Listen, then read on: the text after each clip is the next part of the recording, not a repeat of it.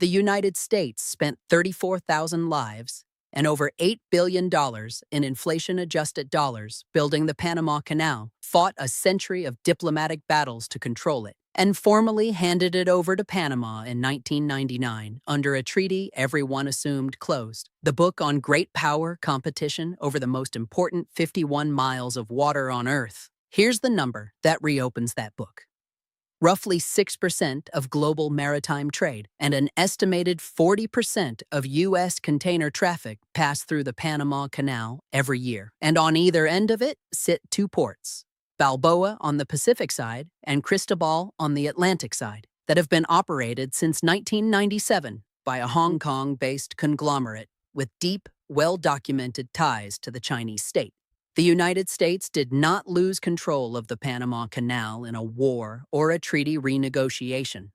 It lost the doors on either side of it through a 25-year port concession that almost nobody outside shipping industry trade press paid attention to when it was signed, and Washington only noticed the strategic implications decades later, in 2025, when a sitting American president publicly threatened to take back the canal, an extraordinary statement that revealed just how much ground had shifted without a single shot fired. The mechanics of how this happened are almost mundane, which is exactly why it worked. In 1997, 2 years before the U.S. formally transferred canal operations to Panama, the Panamanian government awarded a 25-year port concession, later extended to 2047, to Hutchison Whampoa, now CK Hutchison Holdings, a Hong Kong conglomerate, to operate the Balboa and Cristobal ports flanking the canal's Pacific and Atlantic entrances. This was not a Chinese state company in the formal sense. CK Hutchison is a publicly listed private firm controlled by the Li Ka-shing family. But Hong Kong's 1997 handover to China and the 2020 national security law have collapsed the practical distinction between Hong Kong domiciled companies and Beijing's strategic reach in ways that didn't exist when the original concession was signed. Under Chinese law, as currently interpreted and enforced, any Hong Kong or mainland company can be compelled to cooperate with state intelligence and security directives, a legal reality that the Pentagon's own 2023 China Military Power Report explicitly cites when assessing the strategic risk of Chinese commercial port operations worldwide, including in Panama. This is the doctrine the United States has been slow to fully reckon with. China does not need to own a canal, a port, or a piece of critical infrastructure outright to gain strategic leverage over it.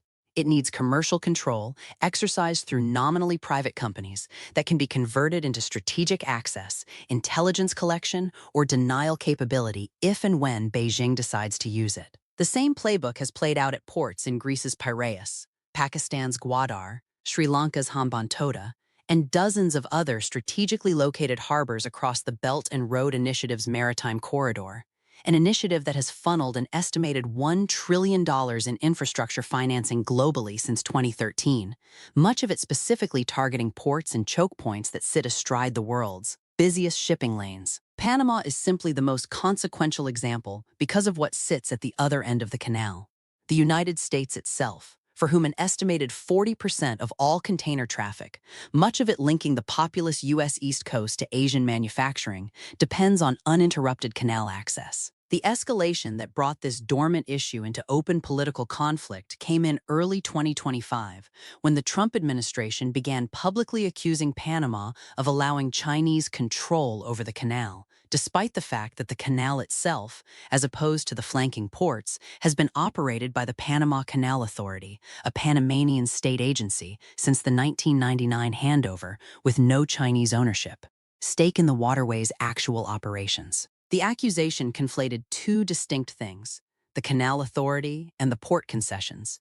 But the underlying strategic concern it was pointing at was real. That Chinese commercial presence at the canal's 2 entry and exit points, combined with extensive Chinese investment across Panama's broader economy since Panama switched diplomatic recognition from Taiwan to Beijing in 2017, represented a degree of Chinese economic entrenchment in a strategic choke point that the original 1977 and 1999 canal treaties never anticipated, and that current American law has limited tools to directly address, since the ports operate under Panamanian sovereign jurisdiction, not American jurisdiction, regardless of how strategically important they are to American trade.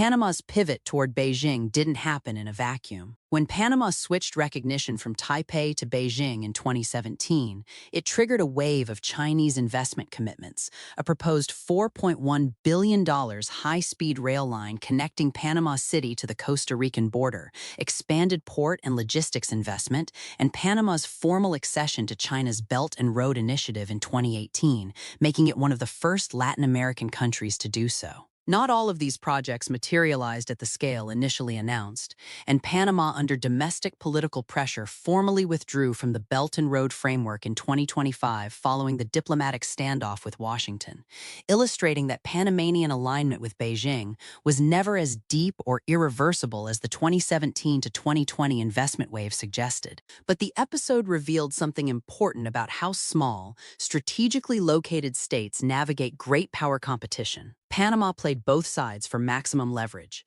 extracting infrastructure investment and political attention from Beijing while relying on its security and trade relationship with Washington as the ultimate backstop, a hedging strategy that smaller states from Djibouti to Sri Lanka to the Solomon Islands have replicated with remarkable consistency across the entire Belt and Road footprint. What makes Panama specifically dangerous as a precedent is the economic asymmetry underneath the headlines. Approximately 6% of global maritime trade, and a far higher share of trade, specifically moving between U.S. Gulf and East Coast ports and Asian manufacturing centers, transits the canal annually, generating over $5 billion in annual toll revenue for the Panamanian government, the single largest line item in Panama's national budget and the primary reason Panama has, since 1999, maintained one of the highest per capita GDPs in Latin America. The canal's expansion, completed in 2016 at a cost of roughly $5.4 billion, doubled its capacity specifically to accommodate the larger container ships, so-called Neo-Panamax vessels, that now dominate trans-Pacific trade, a capital investment decision that locked in the canal's strategic relevance for decades regardless of who operates the flanking ports. This is the trap. The canal is simultaneously too important for the United States to ignore and too sovereign, legally and politically, for the United States to simply seize or reclaim, despite public statements suggesting otherwise. Any American move toward direct military or political coercion against Panama would violate the core legal premise of the 1977 Torrijos-Carter treaties that ended decades of prior American occupation in the first place, reopening exactly the kind of anti-American sentiment across Latin America that decades of U.S. foreign policy have tried to manage since the end of direct American territorial control in the region. The military dimension matters as much as the commercial one, and it's worth examining directly. U.S. Southern Command, responsible for military operations across Latin America and the Caribbean, has repeatedly flagged Chinese commercial port access in the hemisphere as a dual-use risk. Ports built and operated under commercial contracts today could, in a future crisis, provide intelligence collection points, logistics support, or even denial capability against U.S. naval movements, particularly in a scenario involving simultaneous crises in the Indo-Pacific and the Western Hemisphere. This is not a hypothetical concern invented for political effect. It mirrors documented Chinese naval and intelligence use of commercially operated port facilities elsewhere, including reported intelligence gathering activity from Chinese-operated facilities near U.S. military installations in other regions. The Pentagon does not need China to physically blockade the canal to gain strategic value from its port positions. It needs only the latent capability. The fact that in a moment of acute crisis, China could complicate or delay American naval transit between the Atlantic and Pacific fleets, a capability that didn't meaningfully exist for any external power at this choke point for the entire 20th century. China's strategic calculus around all of this is patient by design, and that patience is itself the point.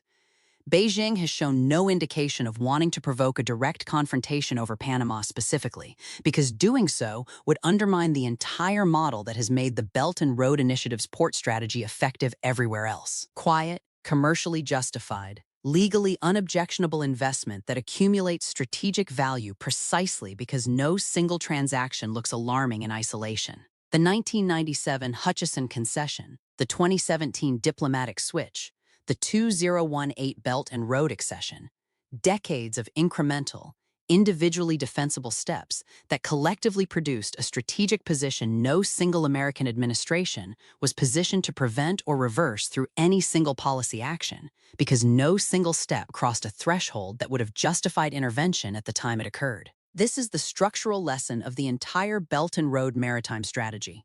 Great power competition over critical infrastructure increasingly happens through accumulated commercial leverage rather than through the treaty negotiations, military deployments, or formal territorial claims that 20th century strategists were trained to watch for. Project this forward, and 3 scenarios define the next 5 years. Scenario 1. Continued contested status quo. Panama maintains its hedging strategy, balancing Chinese commercial relationships against American security guarantees.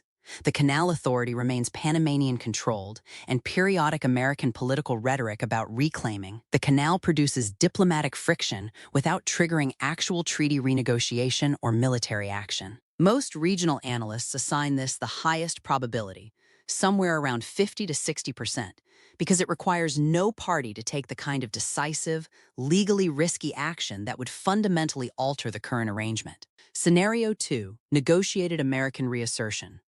Washington uses economic and diplomatic leverage, trade incentives, security guarantees, infrastructure financing offers to convince Panama to non-renew or restructure the C.K. Hutchison concession when relevant review windows arise, effectively buying back strategic control through legitimate commercial and diplomatic means rather than coercion. This carries a moderate probability, often estimated around 25 to 30%, reflecting genuine American interest but significant practical and legal obstacles, since unilaterally voiding an existing sovereign concession contract would itself create the kind of legal precedent that could destabilize American commercial interests elsewhere in the world. Scenario 3.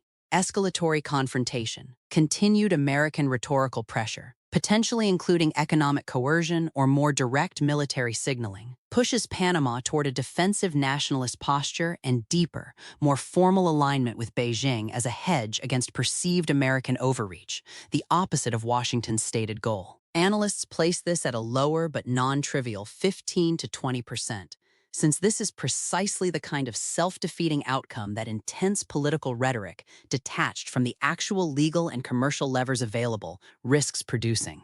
Whatever happens next, the Panama episode has already taught a lesson that extends well beyond Central America. In the current era of great power competition, the choke points that matter most are not necessarily the ones guarded by warships. They are the ones quietly leased, port by port, concession by concession, decade by decade, by whichever power has the patience to play a long commercial game while its rival is still operating on the assumption that strategic control is something you win with treaties and lose with wars. America built the Panama Canal with engineers, dynamite, and yellow fever vaccines. China is contesting it with shipping contracts and patient diplomacy. And by the time most of Washington noticed, the doors on either end were already someone else's to operate.